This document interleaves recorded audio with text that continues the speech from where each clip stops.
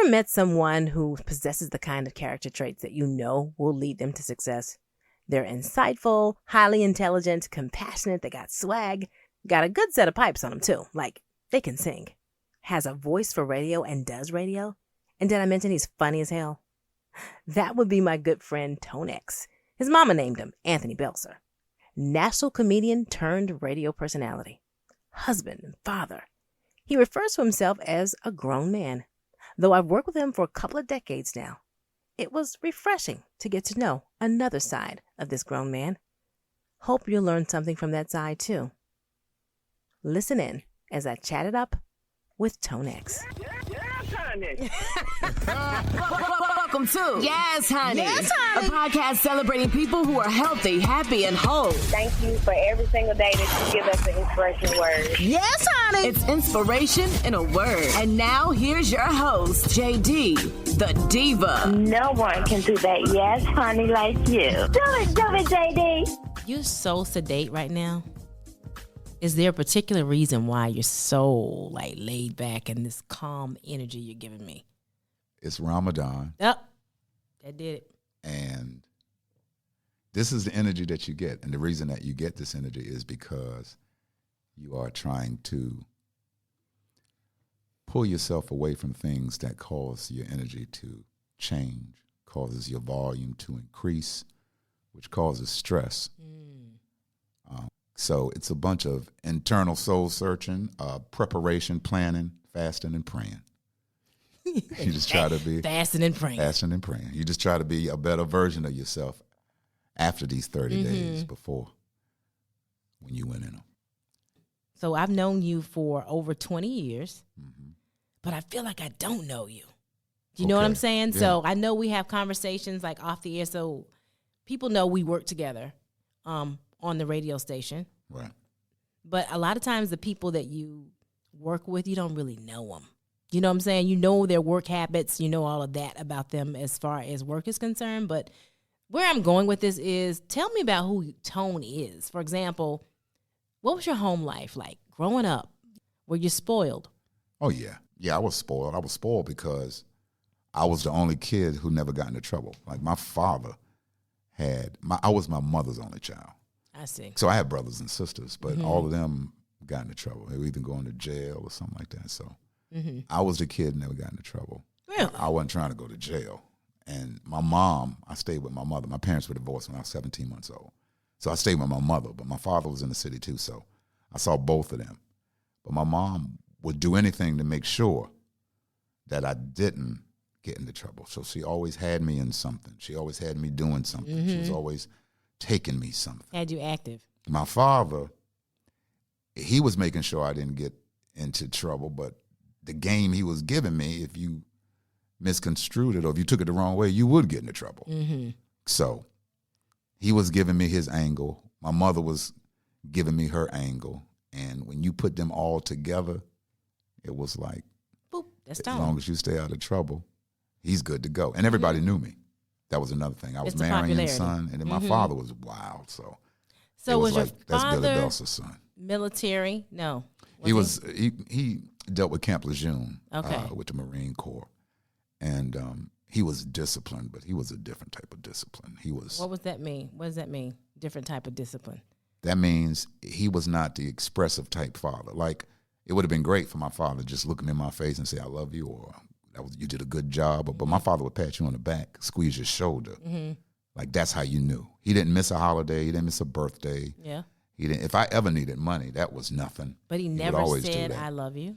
No, I can't remember that. He would say, you would know when he was proud of you by his mannerisms and his energy around you. But he didn't come from that type of environment. He didn't come from that type of household. He came from an abusive environment. So he couldn't give you What he didn't have. what he didn't know. That's So he right. did the best he could and gave you what he could. But I always used that as a blueprint of what to and what not to do with my son. So So I think about my relationship with my father, or lack thereof, because I've talked to you about it sometimes, just about the fact that my father, he was not in the home.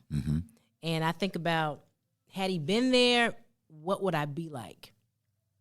Would I be different? So my dad, he cheated. That's what he did. He left his family, and I feel like I need a therapy session. You sound like a therapist right now. No, I'm just saying, because I realized, though, it took me until I was in my 30s to realize that my father not being there impacted me. Oh, heavy. And how I deal with men or just relationships with Man, the how opposite you look sex. at men. Right. And so I think about that when you just said your father never said that he loved you.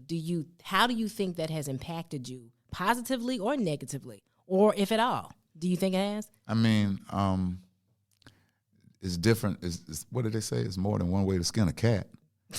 So it's different ways to show affection. Yeah. Everybody doesn't talk. Some people use gifts. Some people use money. Everybody is not like a soap opera where they say, oh, baby, I love you, and I'm so proud of you, and I'm so thankful to be your husband, or I couldn't think of anybody better to marry, or you. Like, you get that from different individuals, but that's an individual sport. I see. Love is an individual sport. It ain't no team sport. It's an individual sport. So depending on who coached you is how you're going to play. So, true. Some people going to be LeBron with the love. Some people going to be Shaq with the love, very dominant. Some people going to be AI with the love, meaning they were great, but they never got to that championship. They never got that ring. So it just depends on your makeup and who coached you.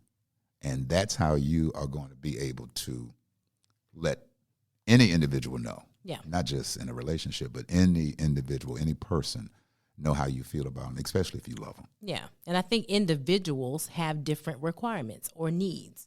Not only do they, to me, express themselves differently in terms of love, but they receive and what they require in terms of love can be very different. Right. So what do you say your love language is? This is like puts you in your happy place. When you receive what? When I receive peace of mind, like you can't put a price on that. Yeah. That's like no man wants to go home if it's not peaceful. I used to do a joke on stage and be like, you can tell a young man and a married man by how they act when they pull up to the house. Because a young man pull up to the house, he try to get out the car so fast. He done dropped his keys. He can't wait to get through that door because he know whatever's in there is on and popping, first of all. That's so right. he can't wait. Yeah. I say, you look at a married man. Married man pull up to the house and don't get out the car. Married man keep the car running. Why don't he get out the car? And then he'll put a CD in and sit there and listen to the whole CD. And if a kid come outside, be like, Dad, are you here? Oh, no, I'm not. No, I am not. Don't even go back in that house and tell your mama that I'm out here. As a matter of fact, I'm getting ready to call her. And then he'll call you. Listen, I'm stopping by Walmart. Did you need me to pick you up anything? Yeah, it's the difference. And young cats can go home and leave. Young cat get home 8:30 and be like, all right, I'm going at 10. I'm going to meet y'all over there at 11. When you get a grown man, especially if he's married, once he get in the house. That's it for the night. You can't call him for nothing. You can't be like, hey, LeBron playing at 9:30. Oh, my God. Yeah, but it's 9. Yeah. Well, where you at? I'm home. Oh, well, you ain't coming. We'll talk to you tomorrow. We know you ain't coming. That is true. And what's worse than that, getting home, is if a young man take his shoes off, if a young man take his clothes off, and you tell him, yo, we getting ready to whoop the whoop, he will put on either them same clothes, he'll come up with another outfit. Young cats, single, they can even jump in and out the shower so fast. You ain't doing that and get song. dressed. That ain't happening. And you grown. You, first of all, whatever I got on, that's what I'm wearing wherever we go. So whatever I have on right now, that's what because a grown man will tell you what they're going to have on. Oh, well, they going to be wearing, okay, because this is what I got on. And then once we take our shoes off, that's a wrap. Yeah. We never going nowhere. Yeah, that's what it is. That's it for the rest of the night because we'll go to sleep in our clothes. And there's something comforting about being okay with it being right there. Like, this is what it is. I know being in my 50s now, I'm just like, yeah, take it or leave it. You get older and you like what you like. You like what you like. And the reason why you like what you like is because you realize you're on the way out. So you might as well do everything Really that think keeps about you it that way. happy. Well, yeah, every time you get up in the morning, that's one day older. And my son got up this morning. He 11, but that's you one day older. And I am too. Our ages are just at opposite ends of the spectrum. But everybody gets one day older. So when you get older, you realize you're not turning back no hands of time. You can say 40 is the new 30, 50 is the new 40. But it is what it is. No, it's not. Numbers don't lie. If you think 40 the new 30, if you 40, then go out with some 30-year-olds. And watch when you get back home if you don't say 40 is the new 40. So whatever it takes for you Oh my God. to be happy, You're right. then it. that's what you do. That's what you do. I like it. So let's talk about your kids. Okay. Got two? Two I remember boys. when Justice was born. Everybody remember Oh that. my God. Justice is now 22. Yeah. a man. Really. And you got the baby boy. 11. London. So it's a cycle all over again. Yeah. Oh my gosh. So It's like how are they different? What are their personalities like? Justice is me. Reincarnated. It's you. I talked to Many years. Justice yesterday. Yesterday was National Superhero Day. Oh yeah. And I remember asking on the radio during my show, I was like, if someone, who is your superhero? Call me up and let me know. I said, superheroes are people that do ordinary things extraordinary. And they look different to different people. And I also said, you've noticed with these funerals how everybody shows love at these funerals, which is beautiful. Yeah. But you would love to get that amount of love while you are here. Thus, give people flowers while they can smell them. That's right. Thus, I heard the minister say, we have to stop and Glamorizing. start glamorizing life. Yeah. So that's what that boiled down to. And I talked to him. London called up to the station. He did. Oh, so cute. And I was like, hello? He's like, Dad. I was like, huh? London? He was like, you're my superhero. Well, that killed me. Oh my God, Tone. No, he didn't. Yeah, he did. And Oh my goodness. then I talked to Justice after I got off the air. He just happened to call. And Yeah. I was like, your brother called me today. It was National Superhero Day. And he was like, oh, so that's why I called. I didn't even know that it was Superhero Day. But, I guess I see that's why I called in, because that's what you are. And then he was like, I laugh all the time at myself because I say, look how I do things just like my dad. Look how I talk just like my dad. Look, and I say, yeah, that's justice. amazing. That's got to make you feel good. It did. It gives you purpose. It's like, okay, that's why I'm here. It's a beautiful thing because it could switch. Yeah. I can be a superhero today. Next week, Not so he much. might not be talking to me. So you take that, because every parent and every kid don't get along. And here's the thing: they don't have to. They don't have to. Your kids don't have to love you. The kids don't have to like you. Right.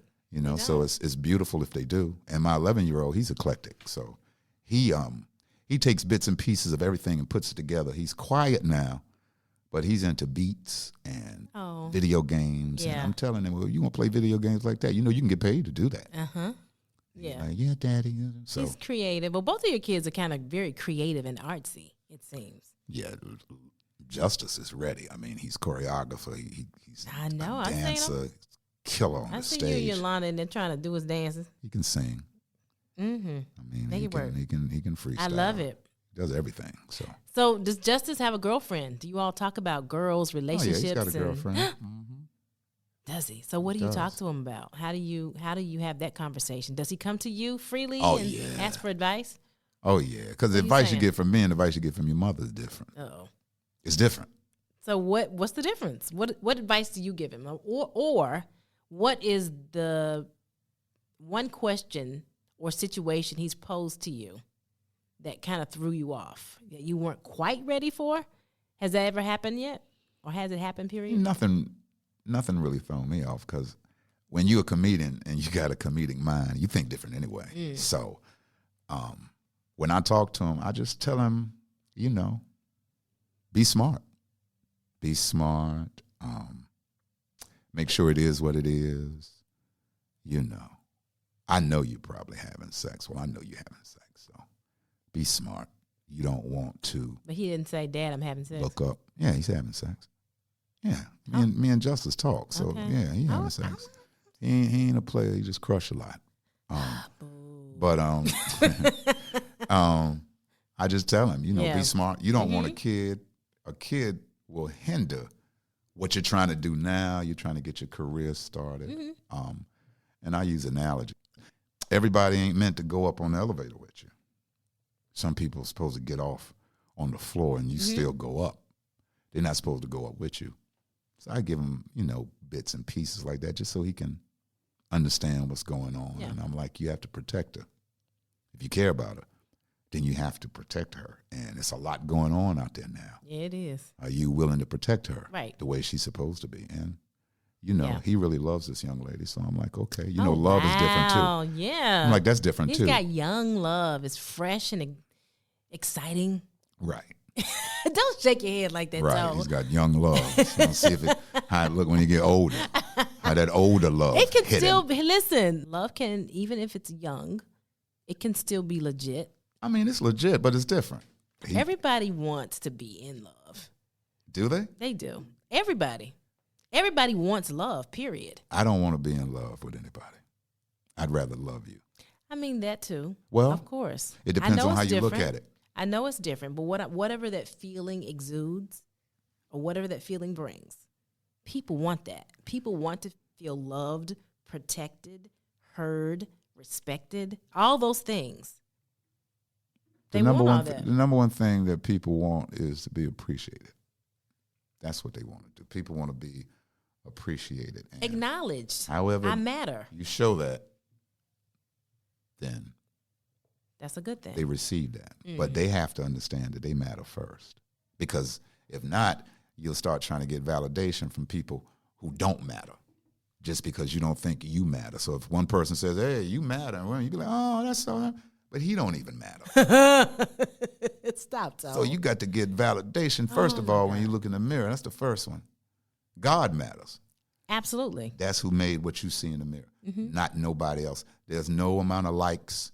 There's no amount of hits on social media that's going to make you feel the way that you genuinely feel when you love yourself first. Absolutely. But we all are in search of it. Social media, I think we all are in search of it in some form or fashion. And I think social media has done a good job of helping us to not become real about those feelings, not bring those feelings to surface. It has really exposed us to our own insecurities, is what I'm trying to say. That's just my opinion. Social media has. That's what you think? I do believe that. I just think that underneath, like, we all like the likes. We all like the hearts, and we all like the comments. I can post a picture, and you can too. And then, I post a picture or video or whatever, and then it may be an hour or two later, and I'm anxiously getting back to my phone to see, what did they say? What did they say? And it's almost like a drug to some degree. But that really is you, and I'm checking myself too. I'm doing some self-reflection. It's like you need to feel that. You like that feeling of being valued, of being loved, of being liked. Well, I mean, you're a human being. That's just a natural thing. But that's why I agree to disagree. We'll do it. With social media. I think social media has limited a realistic experience between two people. I think it is a problem, and I think the problem starts when people use the value and the feeling that they get from social media and likes, and they impose that with their real selves and their reality, and they become tied in with the emotions from social media like it's real emotions. And I think that's when the problem comes in, because I'm not going to put a picture up, and if I get so many likes, I feel a certain way. Right. It's just a picture got so many likes. Right. So then I'm going to go back and try to do another picture to get more likes. Or I look at somebody over here and they have a picture. They have more likes than me. I think that's when it starts to become a problem, because social media is nothing but AI. It's artificial intelligence. So it's really mimicking you. Right. I get it. It's really mimicking all of us. All of us are being programmed, whether you want to admit it or not. Exactly. And when it gets to that point, I think that's when I always say your reality is an illusion. because social media is just that. It's social media, but everybody looks good on social media. Yeah. I mean, I get it. I understand exactly, and I agree to some degree of what you just said. But my issue, I think, comes in to play when, for example, when I talk to these young girls with my organization, the 14 and 15 and 16-year-olds, who cannot differentiate between what you just said, what's reality, and what is that feeling that I get when somebody is liking me or not liking a picture or a video or whatever. They don't have that level of maturity to make that difference. Do you know what I'm saying? They don't understand how to say, okay, this doesn't really matter if I only got 100 likes on this, as opposed to Keisha, who got 500 likes. Remember, I told you love is an individual sport. They're not mature enough. Go back to your coach. They're brainwashed. Who coaching you? What your parents telling you? Right. Because I tell my son. Well, mama trying to get likes too, though. If you pick up the phone, the first thing you do in the morning is pick up your phone, and the last thing you lay down at night is your phone, then you have a problem. I say when you wake up in the morning, the first thing you should grab isn't the phone. First thing you should grab is yourself. And you should take about 30 minutes to an hour, and you should get yourself together. Because when you pick up the phone, that energy from whatever you see first or whatever you start scrolling, that energy gets into your space, and you take that with you. So if you pick up the phone early in the morning, the first thing you see is something detrimental to how you feel about yourself. Well, that's already shot a curve for your whole day. So I think people don't appreciate the power of meditation. I don't think people really appreciate the power of silence. We all say we love the silence, but a lot of us don't, because in the silence is where you hear the truth. That's right. God talks to you in the silence. That's right. And you don't really want to hear that. I know a lot of times I don't, because the truth about yourself is ugly. Can be, for sure. It is. Well, let's talk about some pretty. Where do you want to be in the next 3 years? Next 3 years, I will have one of the biggest apparel companies. Okay. Grown Fit. I'll have a streaming platform that will be able to compete against the ones that you use now, the Netflix and all of those streaming platforms, all of them. I'll be making a bigger impact on my sons because I'm going to have more time to do the intricate things. Yeah, things that are important. And I'm going to be creating comedy shows, and I'm going to be touring. Wow, you're going to be busy. Because I'm going to do what I like to do. Everybody need an exit strategy. Yeah. Because you cannot, some people can, but that's not the theory of just staying one place for the rest of your life. And do you want to? No, because I don't own it. Right. So I'm not staying somewhere where I don't own for the rest of my life, because what that means is I took the latter part of every day out of my life to give to someone to make sure that they were successful. But when I left that place, what did I do to make sure that I was successful? Right, there you go. Most of the time it's nothing. Yeah, that's true. Well, it sounds like you have a full plate. And I know the ride may get rocky, but you seem to have the faith. We didn't really talk about that, but yet we did. Your faith, you think, has deepened? Oh, yeah. In the last few years? Yeah. You feel like you're in a much better place? Oh, yeah. Yeah, I'm in a much better place. Plus, I can deal with truth. See, when you can start to deal with truth better, you can get in a good spot. The thing about truth is it's 360 degrees. You can't pick and choose the truths you want to deal with. So they'll manifest themselves, and you have to step up to the plate, and you have to deal with them. And some of them take longer than others, but one of the biggest truths to deal with is when to jump. What is the one truth you know about yourself before we wrap it up? What is the one truth I know about myself? That's right. I won't be taking that vaccine. That's one truth I do know about myself. I will not be taking that vaccine. And on that note, folks, we're done. Thank you, Tonex. You're so welcome. you know you got to give me a, before I go, because you know the name of the show, right? You know the name of the podcast. Yes, honey? Yes. Give it to me. I ain't doing that. That's another thing I ain't going to do. And it seemed like right after that, you got to put a dress on. I ain't doing that. I'm not doing that, JD. Inspired No, by man. this edition of Yes, Honey. Yes, honey. Catch this and other Yes, Honey podcast episodes on Spotify and Apple. And you can follow JD on social media at JD Diva on Instagram and Facebook and on Twitter at JD Diva10. You are now officially my aunt of radio. Oh, my God. Yes, honey. Like and subscribe to my YouTube, Janine Davis.